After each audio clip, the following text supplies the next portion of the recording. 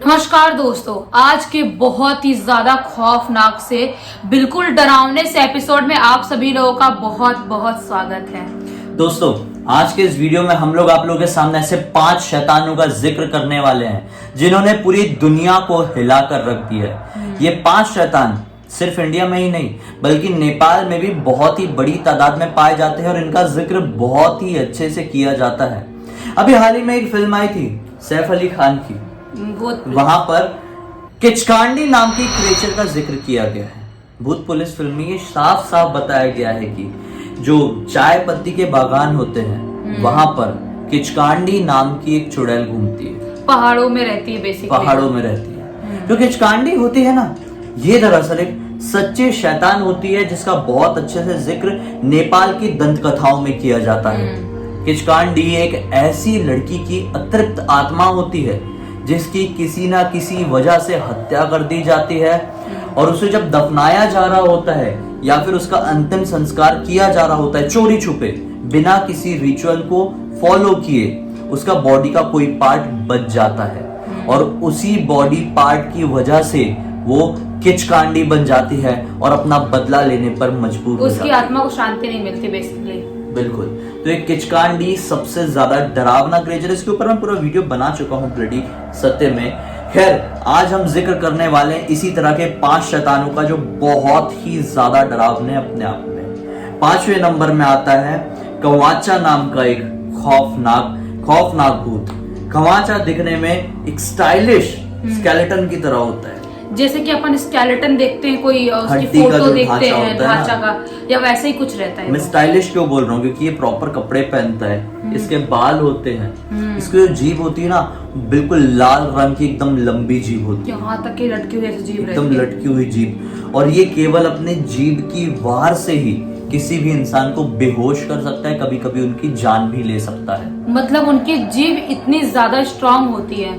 ये देखने में उतने ही ज्यादा डरावने भी होते हैं जितने ज्यादा ये स्टाइलिश और अतरंगी होते हैं। ये जो होते हैं ना, इनके बारे में जिक्र पूरे नेपाल के अलग अलग पुराणों में भी कहीं ना कहीं किसी ना किसी रूप में कई बार मिल ही जाता है। इसीलिए जो आज का वीडियो है स्पेशली नेपाली लोगों के लिए है जिनको पता होगा उसके बारे में, और जो बाकी लोग जो दूसरी स्टेट से जिनको नहीं पता होगा इनके बारे में, वो लोग भी आज सुन के समझ जाएंगे कि हाँ वहाँ पे ऐसे टाइप के भूत रहते हैं। 4थे नंबर में इसी टाइप की खौफनाक क्रिएचर जिसका नाम है बोक्सी, वो आती है। अब भाई बोक्सी को लेकर बहुत सारा कंफ्यूजन है पूरी दुनिया में कि बोक्सी है क्या बोक्सी एक अलग तरह की जीव है, क्या ये चुड़ैल है या फिर कोई इंसान है। तो जितना हमें समझ में आया हम तो यही कहेंगे कि बोक्सी एक डायन होती है। लोग कहते हैं कि अगर किसी के भी शरीर में बोक्सी लग जाती है तो रात के समय अगर वो सो रहा होता है, एक पर्टिकुलर रात ऐसी आती है जब बोक्सी चाह रही होगी, रात के समय वो उसके शरीर से पूरा खून चूस लेगी और वो सोते सोते ही हमेशा के लिए सो जाएगा। तो वो ऐसे काम डायन ही करती है। जैसे डायने होती हैं कि इंसान को अपने चंगुल में रखती है, अपने वश में करती हैं और वश में करने के बाद धीरे धीरे अपने शैतान को भेज के उनको बीमार करना स्टार्ट कर देती हैं और धीरे धीरे वो इंसान मर जाता है। लेकिन क्या बोक्सी किसी के शरीर के अंदर प्रवेश करती है? प्रवेश करना, वो बॉक्सी थोड़ी सी अलग सी लड़की, वो डायने शरीर के अंदर प्रवेश नहीं कर सकती। वो लोग अपने शैतान को भेज के काम करवाती है। इंसान ही जैसे होती इंसान ही होती है वो। काली शक्तियां, काली विद्याएं सीख जाती है, काली विद्याएं सीखते हैं। वो डायने अलग चीज होती है। बॉक्सी का समझ में नहीं आ रहा डायन है या कोई शैतान है या इंसान है, उसका तो कुछ समझ में ये तो कंफ्यूजन सबके लिए है जिनको भूत प्रेतों की नॉलेज है। सबको ये पता है कि एक बहुत बड़ी मिस्ट्री है। खैर, इसी तरह का अगला क्रिएचर 3रे नंबर का बड़ा ही यूनिक नाम वाला है जिसका नाम है मुरकुत्ता। मुरकुत्ता मतलब से डॉग्स होते हैं उस टाइप का भी कुछ साउंड कर रहा है। पढ़ते हैं इसके बारे में क्या है। जो मुरकुत्ता होता है ये ज्यादातर कब्रिस्तान में भटकता हुआ पाया जाता है। और ये कितना खतरनाक दिख रहा है ये। हाँ, इसका जो हाथ होता है ना, इसके हाथ में अक्सर इसका सर होता है। मतलब इसका जो सर होता है वो सर की जगह नहीं, हाथ के साथ होता है।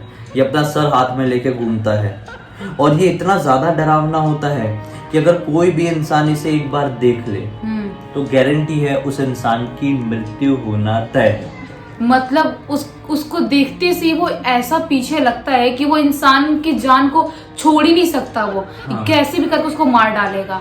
और ये ज्यादातर कब्रिस्तानों में इसलिए घूमता है क्योंकि कहा जाता है दंत कथाओं में कि मुरकुत्ता को केवल इंसानों का मांस खाना पसंद होता है। तो इसीलिए कब्रिस्तान में तो उनको इजीली मिल सकता है वहां पे, इसलिए वहीं पे घूमते होंगे।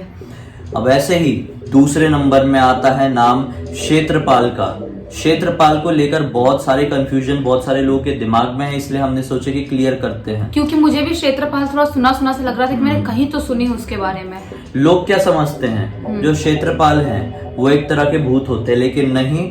क्षेत्रपाल एक देवता का नाम है। जो लैंड होते हैं ना, खेत होते हैं, जमीन होती है, उनकी जो रखवाली करते हैं, उनकी जो देख रेख करते हैं, उनको जो ब्लेस करते हैं, वो क्षेत्रपाल कहलाते हैं। कई बार कई सारे बुरी नजर के लोगों ने जो किसी जमीन पर बुरी नजर डालते हैं या फिर जमीन को हथियाने की कोशिश करते हैं, जैसे मान लो मैंने बड़ी मेहनत करके कोई जमीन खरीदा हो, वो मेरी जमीन है और मैं अपनी जमीन से दूर रहता हूँ, तो क्षेत्रपाल अगर मेरी जमीन की रक्षा कर रहे हैं या फिर क्षेत्रपाल सोचते हैं कि नहीं निखिल तो अच्छा इंसान है, और अगर मेरी जमीन पर कोई गलत इंसान नजर डालने की कोशिश कर रहा है तो क्षेत्रपाल उसे सबक सिखाना बहुत अच्छे से जानते हैं। इसीलिए मतलब कि गांव में सब पूजा होता करते हैं लोग, कि गांव में कोई तो टाइम पे ऐसा होता है जब पूजा करते कुछ कुछ चढ़ाते अपने खेतों में, तो शायद हो सकता है कि उनके लिए अपने खेतों में कुछ चढ़ाते होंगे। हाँ होता होगा।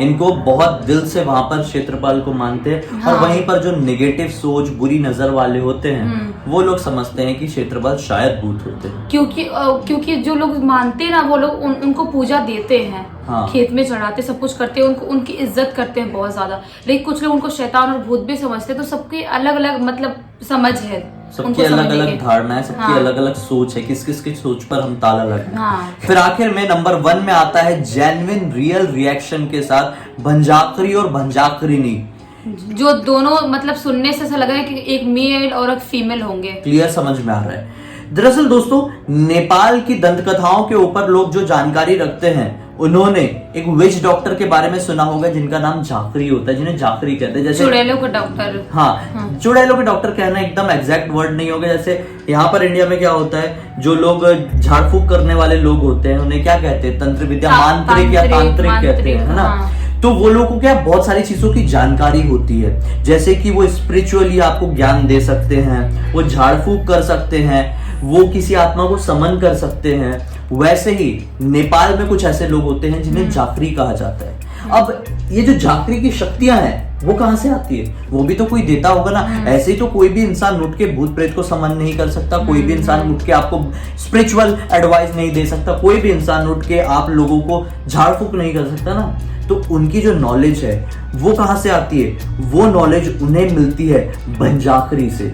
भंजाकरी कौन होते हैं? भंजाकरी दरअसल जंगल में खुफिया जगहों पर रहने वाले, रहस्यमयी जगहों पर रहने वाले एक स्पेशल यूनिक अनोखे क्रिएचर होते हैं जो केवल अपनी पत्नी यानी कि भंजाकरी के साथ रहते हैं।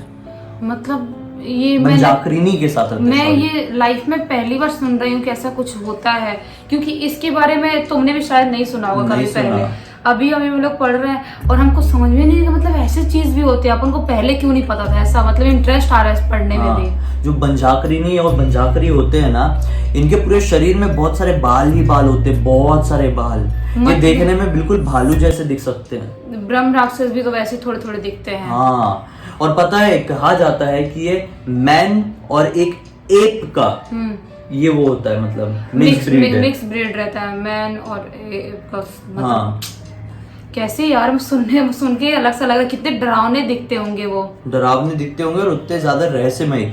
जितनी भी ये सब शक्तियां हैं ये भंजाकरी ही एक जाकरी को जाकर देते हैं। फॉर एग्जाम्पल तुमको जाकरी बनना रहे तो इनसे जाके मिल लोगे क्या? नहीं।